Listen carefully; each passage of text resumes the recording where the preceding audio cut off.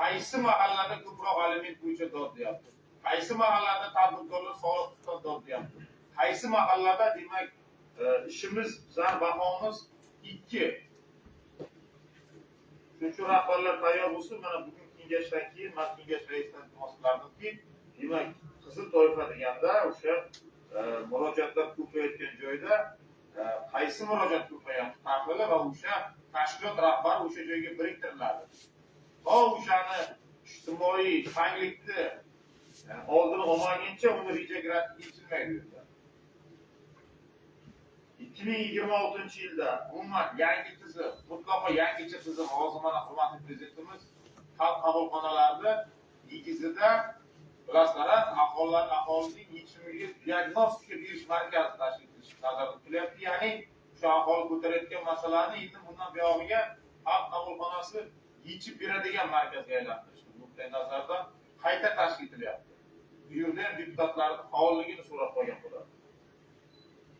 26-yil aholi murojaatlari bilan ishlashni yaxshilash uchun demak xalq qabulxonalar faoliyatida tashkilot korxona rahbarlarining shaxsiy javobgarligini oshirish maqsadida quyidagi tadbirlarni o'zimizga reja maqsad qilib olganmiz. Birinchisi, Zarafshon shahrida aliment to'lashdan bu yil faoliyat yurgan shaxslar bilan ishlash juda ko'plab murojaatlar tushayotganlik sababli ularni o'rganish hamda yechimini topish nuqtai nazaridan demak aytib o'tdim hozir prokuror, hokim va mana ichki ishlar soliq rahbarlari MIB tashkilotida har haftaning chorshanba kuni sayyor qabullar tashkil etadi. Demak, ushbu aholini qabul qilish jarayonlarida banklar, hokim yordamchilari, soliq, shahar bandlik va boshqa hamkor tashkilotlar xorlarni tadbirkorlik sohasida muammolari hamda yosh tadbirkorlarni demak ularni xizmat ta'minlash, ishsizlarni hududdagi sanoat va servis korxonalariga vakantga joylashtirish uchun alohida kengaytirilgan sayyor qabullar tashkil etiladi. Uchinchidan, xorijda ishlash istagi bo'lgan aliment to'lovchilar bilan 3 tomonlama shartnoma tuzib, til va kasbga o'rgatib, xorijga yuqori daromadli ishga yuborish tashkil etiladi. Bilasizlar, alimenti bor inson xorijga chiqib keta olmaydi. Shuning uchun hurmatli prezidentimiz 3 tomonlama shartnoma qilib, uni yuqori daromadli bo'lsa, tilga o'rgatib, uni xorijdan markazlashgan migratsiya deydi. Bu sog'liq emas, ya'ni bandlik bo'limi orqali uni markazlashgan migratsiyaga yuborishlar tashkil etiladi. Zarafshon shahrida O'zbekiston Respublikasi prezidentiga murojaat qilayotgan fuqarolarga alohida e'tibor qaratish orqali mas'ul rahbarlarning qabuli tashkil etiladi. Agar kadastr ustidan yoki biron bir qaysi soha ustidan, arxitektura, hokimlik ustidan agarda fuqarolarimiz prezidentga murojaat qilayotgan bo'lsa, ana o'sha rahbar fuqaro bilan borib shaxsan uchrashishga majbur va zarur. Shaharda aholi murojaatlarini ijobiy hal qilish ko'rsatkichlari oshirish, qat'iy nazoratga olish tizimi yaratiladi. Fuqarolar murojaatlarini bevosita hududlarda qabul qilish va hal qilish bo'yicha amaliy chora-tadbirlarni oshirish maqsadida xalq qabulxona bilan biza grafik ishlab beramiz va o'sha deputatlardan iltimos qilardik, sizni okrugingizda qaysi rahbarning reja grafiki bo'ladigan bo'lsa, iltimoslardan buni nazoratga olingizlar. Va borgan rahbar bilan birgalikda deputatimiz o'tirib, prezidiumda o'tirib kerak bo'lsa, aholimizni qabulda ishtirok etsin. Mahallalarda o'z yechimini topish mumkin bo'lgan masalalarni hal qilishda mahalla yettiligini kengroq hamkorlikka chaqirishni demak deputatlar ham mana mahalla uyushmasiga mas'ul bo'ladi. Mahalla yettiligida vakolat kengayapti, lekin deputat so'roq qilmayapti. Oddiy masala bilan fuqarolar prezidentga murojaat qilyapti.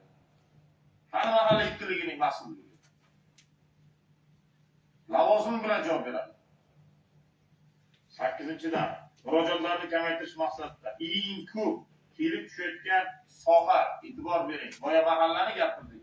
Endi soha, eng ko'p kelib tushayotgan soha, o'sha ishlar bo'ladimi, MIB bo'ladimi, yo'nalish bo'yicha aholi murojaatlariga sabab bo'layotgan holatlarni tezkorlik bilan monitoring qilish orqali muammoni bartaraf etish chorasi ko'riladi. Bartaraf eta olmasa viloyat bosqichiga chiqiladi viloyat bartaraf etolmasa respublika bosqichi chorasi ko'riladi. Sohada muammo bo'lmashi kerak. Yecholmaqlik emas, shahar yechsa yechadi, yecholmasa viloyatga dod deymiz, va hokazo. Hurmatli deputatlar, demak, mana hozir 25-yilda va 26-yilda qilmoqchi bo'lgan ishlarimizni to'xtalib o'tdim. Albatta, mana shu haftadan ertaga prokuror, ichki ishlar, hokim, soliq boshlig'i demak, MIT tashkilotida alimentlar bo'yicha sayyor qabulni boshlaydi. Shuning uchun sizning saylov okrugingizdan masalasi bor, aliment bo'yicha qiynalib yurgan xotin-qizlarimiz bo'ladimi, ayollarimiz bo'ladimi, marhamat qilib sayyor qabulga olib kelib, sayyor qabulda sizlar ham ishtirok etishlaringiz. Hurmatli rais, hisobot. Mavzu yuzasidan savollar bormi? Rahmat. Kun tartibidagi masala yuzasidan boshqa so'zga chiquvchilar bormi? Bo'lmasa sizlarga ushbu masala yuzasidan Telegram kanali orqali elektron tarzda qaror loyihasi taqdim etilgan. Qaror loyihasini asos sifatida bildirilgan taklif va mulohazalar bilan to'ldirilgan holda qabul qilish uchun ovozga qo'yaman.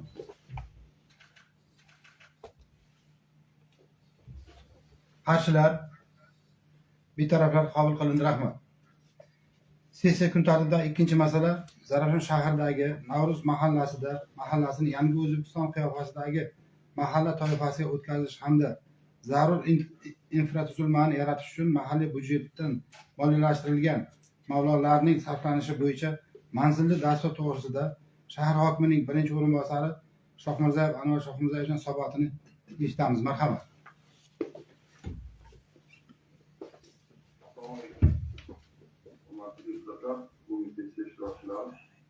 Haberimiz var 2023 oktyabr kuni davlat rahbari boshchiligida mahalla tizimida hisobotlarni yangi bosqichga ochish hamda joylarda ishlarni samarali tashkil etish yuzasidan kengaytirilgan yig'ilish o'tkazildi. Bu yig'ilishda umuman mahalla mahalla infratuzilmasini rivojlantirish bo'yicha juda ko'p yangiliklar, ko'p topshiriqlar bo'yicha topilgan yerlardan mahallaga tushumlar ajratilishi belgilandi. Mahallaning imkoniyatlari kengaytirildi. Shu bilan birga demak, yangi O'zbekiston qiyofasidagi mahallalar tashkil etish belgilandi. O'sha ularning shunaqa mahalla tanlab olindi. Yangi O'zbekiston qiyofasidagi tuman shaharlar demak belgilab olindi. Xuddi shuningdek, yana bitta topshiriq ketdiki, viloyat hokimlari demak bitta mahallani demak shahar tuman hokimlari ustidan mahallani yangi O'zbekiston qiyofasidagi mahallaga aylantirish bo'yicha topshiriq ketdi. Bu bo'yicha biz Davuz mahallasini berganmiz. Demak, o'qishlarimiz boshlangan. Bu mahallada deputatlarga havola qilayotgan hujjat bo'yicha hozir biza manzilli dasturni tasdiqlab berishimiz kerak.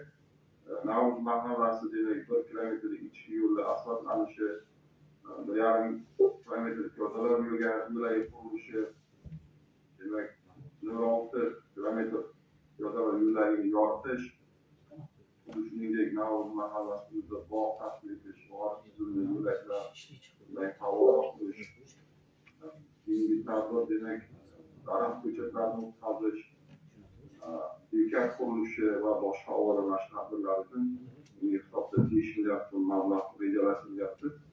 Bu ishlar bo'yicha boshlangan, bog' qurilishini ko'rgan bo'lsa boshlaganmiz. Qolgan tadbirlar bo'yicha ishlar davom etyapti. Hozir bekat qurilishi bo'yicha demak obodonlashtirish boshqarmasi bilan birga ishlanyapti. Bilas xabarlarimiz bor o'sha tumani mahallasiga Chorraqaga yaqin joyda bekat, sun'iy bekat hosil bo'lgan. Bu xavfsizlik nuqtai nazaridan to'g'ri kelmaydi. Buni demak 300 metr yo'l yoqasi bo'ylab ko'chirib yangidan tashkil qilinishi rejalashtirilgan. Bog'ni bilasizlar, bog'ni tashkil qilinyapti. Umuman tadbirlarimiz boshlangan. Shunda bu selektor yig'ilishida topshiriq ketgan. Topshiriqqa asosan demak birga bir tamoyil asosida ishlash nazorat qilgan. Bu ham demak agar biz 5 milliard mablag' bergan bo'lsak, respublikadan ham 5 milliard viloyat byudjetidan 5 milliard berilishi nazorat qilgan. Shu maqsad uchun ham alohida demak yashaga oshirgan. Bizda bilasizlar o'sha Ma'lum mahallasida Turon kafesining yonidan yangi yo'l qurishimiz kerak. Zotalar yo'lagidan birgalikda agar sizga mablag' masalasi yechiladigan bo'lsa, respublikadan yoki viloyatdan tadbirimiz mana shu moliyaviy ishlarga aqllanadi.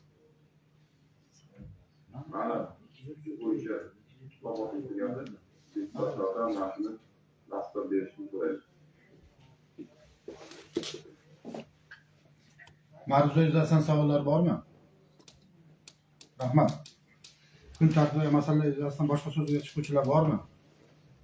Bo'lmasa sizlarga ushbu masala yuzasidan Telegram kanali orqali elektron tarzda qaror loyihasi taqdim etilgan. Qaror loyihasining asos sifatida bildirilgan taklif va mulohazalar bilan to'ldirilgan holda qabul qilish uchun ovozga qo'yaman. Qarshilar, betaraflar qabul qilindi. Rahmat. Sessiya kun tartibidagi 3-masala O'zbekiston Respublikasi Prezidentining 5-fevraldagi 2026-yilda hududlarni yangicha yondashuvlar asosida rivojlantirish orqali aholi daromadlarini oshirish, barqaror ish o'rinlarini yaratish hamda kambag'allikni qisqartirish chora-tadbirlari to'g'risidagi FQ49 qarori ijrosi to'g'risida shahar kambag'allikni qisqartirish va bandlikka ko'maklashish bo'lim boshlig'i Jo'rayev Mirzohid Bahodirov hisobotini tinglaymiz. Marhamat.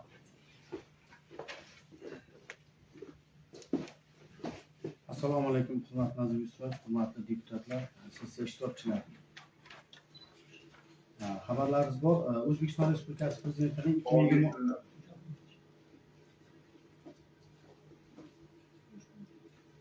Assalomu alaykum, hurmatli Nazim Yusuf, hurmatli deputatlar,